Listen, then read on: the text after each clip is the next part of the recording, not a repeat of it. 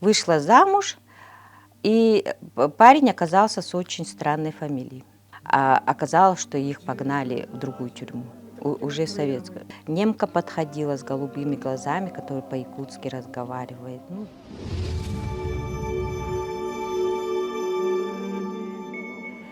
Ну, как и все дети, наверное, советского времени, ну, мы любили там стенгазеты выпускать какие-то, да, вот, очень увлекались, вот сейчас эссе, коротенькие сочинения и так далее. Вот, с детства мы очень много читали, у нас дома была очень большая библиотека, ну и сельская библиотека была тоже очень богатая, и мы как на работу ходили. Это было обязательно детям ходить в библиотеку. И были библиотекари, которые каждый раз нам рекомендовали что-то интересное. И даже не похожи на библиотекарей тех лет, которых изображали серыми мышками, наши библиотекари, они какие-то игры проводили.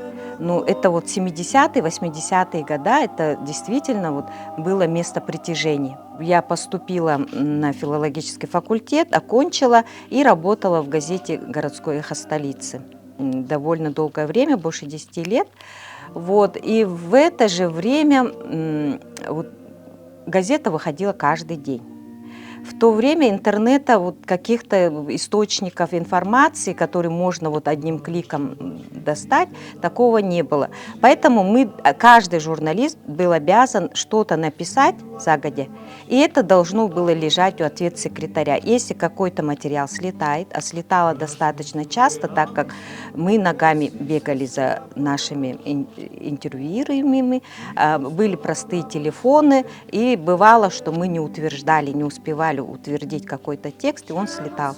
И тогда вот эти наши сказки, рассказы, фельетоны и так далее, вот они выходили, закрывали полосы, потому что было очень строго. Обязательно газета должна была выходить каждый день. И потом я ушла, совершенно вот при службу ушла, и забросила это все дело. Ну, оно лежало все. И у меня дочка выросла и вышла замуж. Вышла замуж, и парень оказался с очень странной фамилией.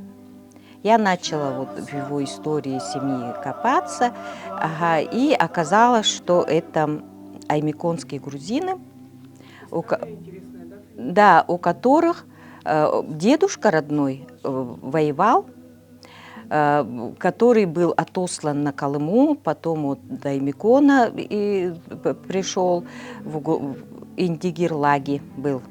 Потом ведь у них документов ничего не было, у этих людей, они сами даже не понимали, за что их вот так вот отправили, почему они вот в своей жизни претерпевают такие лишения. Вот. Ну, вина была в том, что они попадали в плен к фашистам. Ну, грузинские мальчики, молодые совсем, не понимающие русского языка. Когда я по-русски мало знал, люди говорят, так, в Бессарабии, или там это, уже звонит этого пограничники, что граница нарушили. Вот. Ну, граница нарушили, уже боевая тревога. И пошли в оборону держать.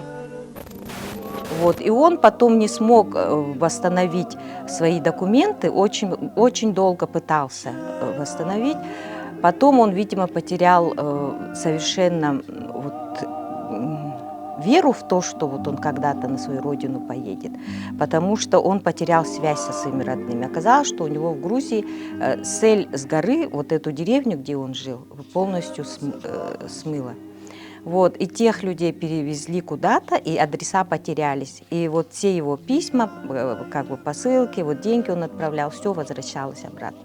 Вот так вот он до 90 с лишним лет прожил в Аймиконе, в деревне, так и до родины не добрался. Вот. Но он, когда там жил, он слыл очень добрым, очень работящим, очень таким добрым человеком вообще во всех смыслах.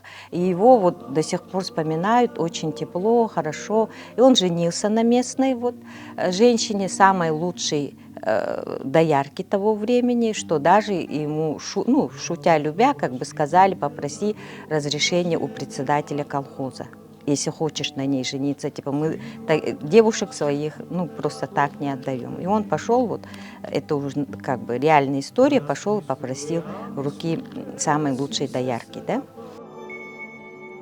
Почему 3 кувшина? Потому что внуки разыскали в Грузии родственников. И когда моего внука, вот ему год и 4 или 5 месяцев, повезли туда, это первый ну, с якутской стороны, первый, получается, правнук и внук поехали. Ага, ну, правнук первый поехал. И вот дяди там в основном, ну, очень много мужчин, конечно, чистокровные грузины, они сразу их признали, вот, и повезли в горы, где вот была их деревня, и старое вот урочище, где вот жил дед, прадед, ага, и показали, вот там лежали такие длинные столбы, основания от его дома, груши зимние, вот они еще растут, ага, еще дают какие-то плоды, и 3 в земле дырки, да, и сидит внук вот так вот, смотрит, и дядю вот как-то вот так вот, ну, вскользь сфотографировали, мне показали. Я говорю, ну почему нормально не сфотографировали, да, красиво было бы, говорю, это же такое, вообще такая фотография, да, и такое место. И что за, говорю, дырки вот в земле? Они говорят, это 3 кувшина. Ну, по преданиям, когда молодой парень, вот, ему исполняется, ну, совершеннолетие, ага, и зарывают 3 кувшина. На свадьбу, на рождение сына, на похороны. Ну, это как бы как легенда, да. Ну, вот зарывают эти 3 кувшина, потом там вино молодое заготавливают, чтобы к празднику, к следующему, пить оттуда, угощать селян своих. И кувшины, они вот такие вот, другой формы. Ну, все, что вот я могла где-то найти, я, конечно, вот у зятя, в первую очередь у родственников, да, но люди не очень многословные, и как бы это, ну, вспоминать о родном человеке всегда очень тяжело, да, вот поэтому как-то вот вытаскивала, но не так много. И вот Сергей Михайлович Егоров, журналист, его, конечно, нет с нами, да, он умер уже давно. И он в свое время вот сделал очень великую вещь. Он вот из той же деревни, Тюрють, да, и он полностью всех своих вот земляков, которые вот таким образом попали к ним в деревню, он восстановил их в своих правах. Оказывается, вот это он в архивах копался, он доходил до военных архивов, полностью вот он сделал великую вещь, это он восстановил, реабилитировал их всех, вот целая деревня, и сколько у них родственников, да, на все поколения вперед. Вот сейчас проводятся там егоровские чтения. Вот этот человек, он очень талантливый был, и пьесы писал, и стихи писал. Вот он из Аймеконского района, вот с его сестрой мы ездили весной. Вот. И я вспомнила, что к 65-летию, к 70-летию Великой Отечественной войны НВК проводила такую работу. Полностью по всем деревням ходили, полностью всех ветеранов, всех участников, всех вдов, все снимали на видео и все сдавали в этот фонд наследия. Оказывается, это такая великая, большая работа. Я когда тогда работала, я не придавала особого значения, просто работа и работа. Нужно делать сколько-то минут и нужно отправлять, да? Вот. А тут оказалось, когда вот соприкоснулась с этим, тут оказалось, что это действительно такое дело, когда вот, конечно, родственники могли застолье и так далее, откуда-то человека заснять, какие-то обрывки у себя сохранить, но это уже домашние съемки. А тут прям профессионально, хорошо все вот увековечили людей, да, вот всех там хранится, если кому нужно, они с удовольствием с этими видеозаписями делятся, там очень тоже отзывчивые, хорошие люди работают. Когда берешься за это дело, это такая большая ответственность, поэтому нужно очень так внимательно, очень скрупулезно относиться всегда. Если даже статью в газете пишешь о человеке, нужно очень внимательно относиться, потому что это человек. Потому что он не только вот личность, да, гражданин и так далее, у него рядом есть дети, внуки, там, родственники. Всегда нужно вот очень ответственно подходить к событиям, которые происходят с участием человека. Вот. И когда даже пишешь повесть, конечно, тут вдвойне ответственно, потому что это книга получается. Да? Книга, которая она будет всегда, долгое время, и совершенно не знающий человек может взять в руки, прочитать и получить совершенно искаженную информацию. Если ты там насочиняешь что-то, да, ты напридумываешь. Поэтому, когда вот основано на документалистике, вот на биографиях реальных людей, пусть даже ушедших давно, да, нужно очень ответственно и не лениться копаться в архивах, не лениться изучать, читать. Пусть лучше полежит, а найдется время для вас, чтобы еще раз перечитать, еще раз просмотреть. Ты не должна врать, во-первых, да, доносить неправильную информацию до людей.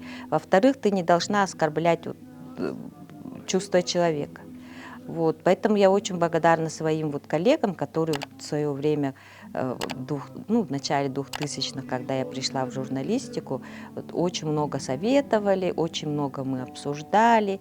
И, конечно, основа вот всей последующей моей творческой жизни, конечно, вот оно там сидит, потому что с кем поведешься, от того и наберешься. Вокруг есть очень творческие люди, которые пишут вечерами стихи, потом в редакции же вечером сидим, это все читаем вслух и обсуждаем. Или кто-то какую-то статью написал, там скандал разразился, сидим, думаем, как это разрулить, что можно сделать.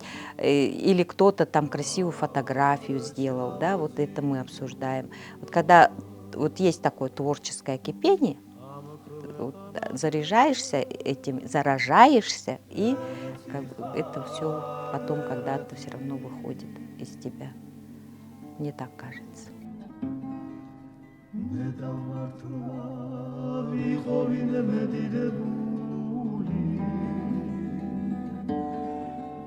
Migalobo, jeszcze mi stana.